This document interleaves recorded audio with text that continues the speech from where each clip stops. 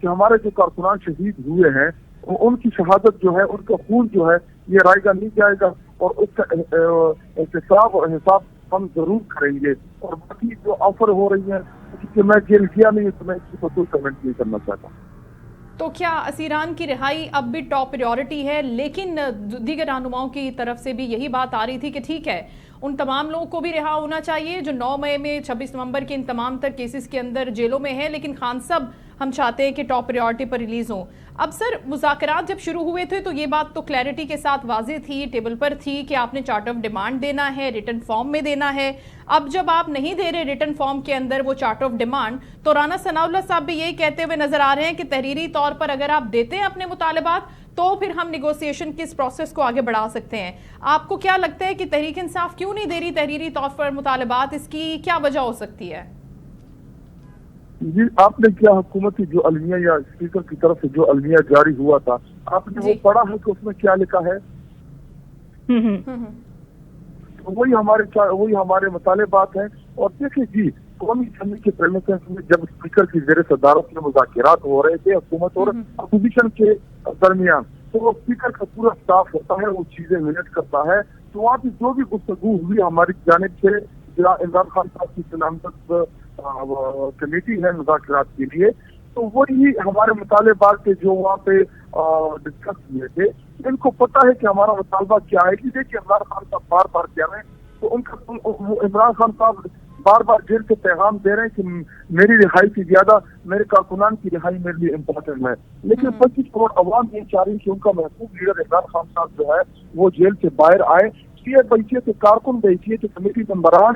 یہ ہماری اس کمیٹی کے مطالبے میں شامل ہے، کیونکہ عمران خان صاحب ہمیں بار بار کہنا کہ پہلے آپ ہمارے کارکنان کے لیے بات کریں یا جو جیلوں میں ہیں، لیکن ہمارے کارکنان جو جیلوں سے باہر آتے ہیں ان کو اپنی رہائی کی زیادہ عمران خان صاحب کی رہائی کی فکر ہوتی ہے۔ جو بھی جیل سے باہر آتا ہے وہ یہ سوال کرتا ہے کہ ہم تو رہا ہو گئے ہیں، لیکن عمران خان صاحب کب رہا ہوں گے؟ تو عمران خان صاحب کی رہائی جو ہے یہ ہمارا سب سے مین مطالبہ ہے، اور عمران خان صاحب کے اوپر جتنی بھی مقدمات درج ہیں، جتنی بھی کیسز ہیں، تمام سیاسی مقدمات ان کے اوپر ہے، تو جو سیاسی مقدمات ہوں، اور دیکھیں یہ آپ پیش کریں کہ جی عدلیہ دے گی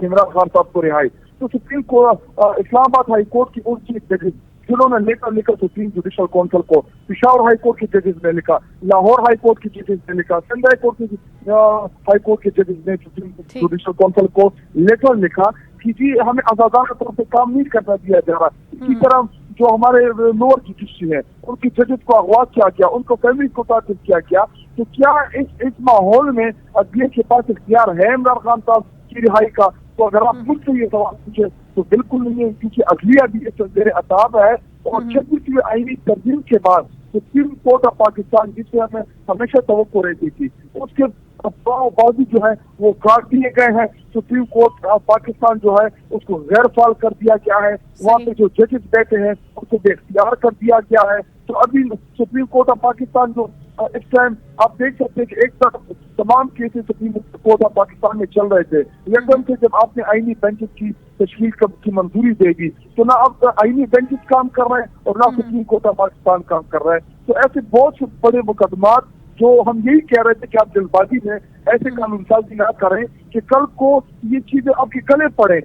یہ کون طے کرے گا کہ کون سے معاملات کو آئینی بینچ دیکھیں گے اور کون سے معاملات کو سپریم کورٹ آف پاکستان دیکھیں گے؟ تو انہوں نے تو عدلیہ کا بیڑا غرق کر دیا ہے کہ عمران خان کی رہائی جو ہے یہ ہمارا سب سے مین اور بڑا مطالبہ ہے۔ ٹھیک ہے، یہ سارے مطالبات جو ہیں ان کی باز گشت ہم روز اول سے سن رہے ہیں، لیکن وہی سوال ہے پھر سے کہ ان کو ٹیبل ہوتے ہوئے یا ڈاکیومنٹڈ فارم میں اگر پی ٹی آئی دیتی ہے تو پھر اس کو کیا خدشات اور خطرات ہیں اس حوالے سے، یہ بھی ہم جاننا چاہتے ہیں۔ سر اسد کیسر صاحب یہ فرما رہے ہیں کہ مذاکراتی عمل میں تمام سٹیک ہولڈرز کو شامل ہونا چاہیے۔ اب وہ کن سٹیک ہولڈرز کی بات کر رہے ہیں؟ کون وہ ابھی تک مذاکراتی ٹیبل پر موجود نہیں ہے؟ کیونکہ پولیٹیکل قیادت تو ہم دیکھ رہے ہیں کہ حکومت نے جو کمیٹی بنائی ہے اس کے اندر وہ لوگ شامل ہیں جو آپ کے ساتھ بات کر رہے ہیں۔ اب کیا آپ کو حکومت کے اوپر عدم اعتماد کا جو ایک ایلیمنٹ ہے وہ بڑھتا ہوا نظر آ رہا ہے، یا پھر آپ دعوت دے رہے ہیں کہ اسٹیبلشمنٹ بھی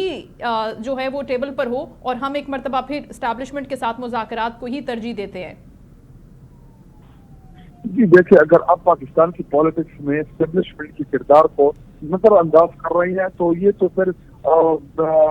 پورے قوم کو پتا ہے کہ جتنے بھی معاملات چل رہے ہیں یا تحریک انصاف سے جو مینڈیٹ چوری ہوا ہٹاتا چلا گیا یا ہمارے ساتھ جو ظلم اور جبر ہوا، تو اس میں ڈائریکٹلی اور انڈائریکٹلی اسٹیبلشمنٹ انوالو ہے، اور پورے پاکستان پوری قوم جانتی ہے یہ چیز. کیونکہ دیکھیں جب تک مذاکرات مؤثر نہیں ہوں گے، دیکھیں ایک بنیادی چیز جو ہے میں آپ کے سامنے قوم کے سامنے رکھنا چاہتا ہوں، کیونکہ دیکھیں مذاکرات ہو کیوں رہے ہیں، اس کے پیچھے کیا عوامل ہیں. تو دو چیزیں، ایک جو 24 تاریخ کو ہم نے پروٹیسٹ کیا، لاکھوں پاکستانی گئے بھی، جو 26 تاریخ کو ان کے اوپر گولیاں چلائی گئی، ان کو پکڑا گیا، ان کو ابداع کیا گیا، ایک وہ پریشر، اور دوسرا جو ہیومن رائٹ کی وائلیشن ہوئی پاکستان میں. تو انٹرنیشنل پوری دنیا